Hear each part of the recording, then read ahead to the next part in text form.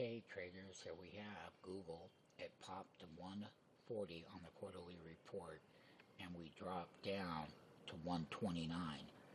Google missed its earnings. There's going to be a conference call, so the report is mixed.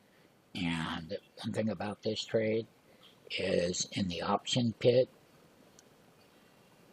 buying the 131 puts at 83 cents and the 135 calls were $5 on the low. So this trade will lose money here, but this side of the trade on the 131 puts at 83 cents with 20 contracts for a little over $1,600 will cover that loss, and we'll end up with making a profit.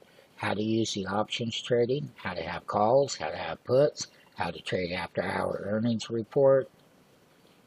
Never be one-sided all the way. Risk management is the key to success. Sign up for the free 5-day trial. Subscribe to the YouTube channel.